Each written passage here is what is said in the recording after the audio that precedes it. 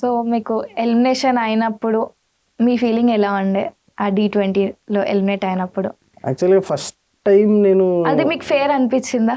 Like your personal opinion. అంటే D13 నుంచి నేను ఇప్పటివరకు ఫస్ట్ ఎలిమినేట్ ఎప్పుడు అవ్వలేదు. నేను ఫస్ట్ సీజన్ ఇది, That's first what- time eliminate. Fair అనిపించడం అంటే ఇప్పుడు ఒక మంచి contest, I mean like they are winners, they are runners.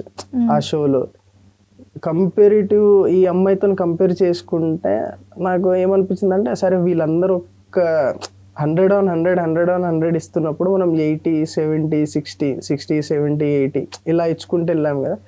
సరే ఓకే, నాది లాస్ట్ పర్ఫార్మెన్స్ 80, 90 వరకు వెళ్ళినా వాళ్ళవి 100 వరకు ఉన్నాయి కదా. అవును.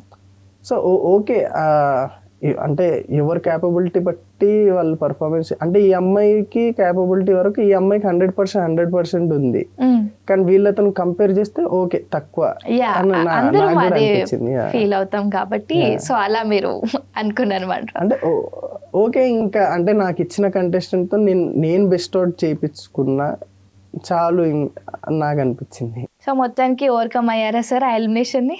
ఓకే, ఇంకా అంటే నేను ఏ ఎలిమినేషన్ పెద్ద సీరియస్గా ఏది తీసుకోను. కాజ్ ఎప్పుడు ఎలిమినేట్ అయినా ఏదో ఒకటి నేర్చుకొని బయటికి రావడమే, మళ్ళా చేయడం.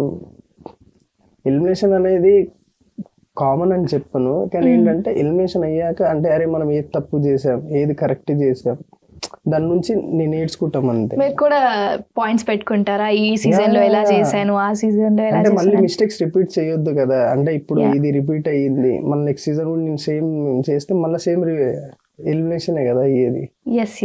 సో అన్ని నోట్ చేసుకొని, అంటే ఈ పాజిటివ్స్, ఇప్పుడు మనకి ఈ సాంగ్కి ఇది బాగా వచ్చిందని చెప్పారు, ఓకే ఇది పాజిటివ్ పెట్టుకోవాలి. నెగిటివ్ ఎక్కడుంది, మళ్ళీ ఇది నెక్స్ట్ కంటిన్యూ చేయొద్దు, అన్ని ఒకసారి చూసుకుంటాను అనమాట కూర్చొని. ఓకే ఇది చెయ్యొద్దు, ఇది చెయ్యాలి.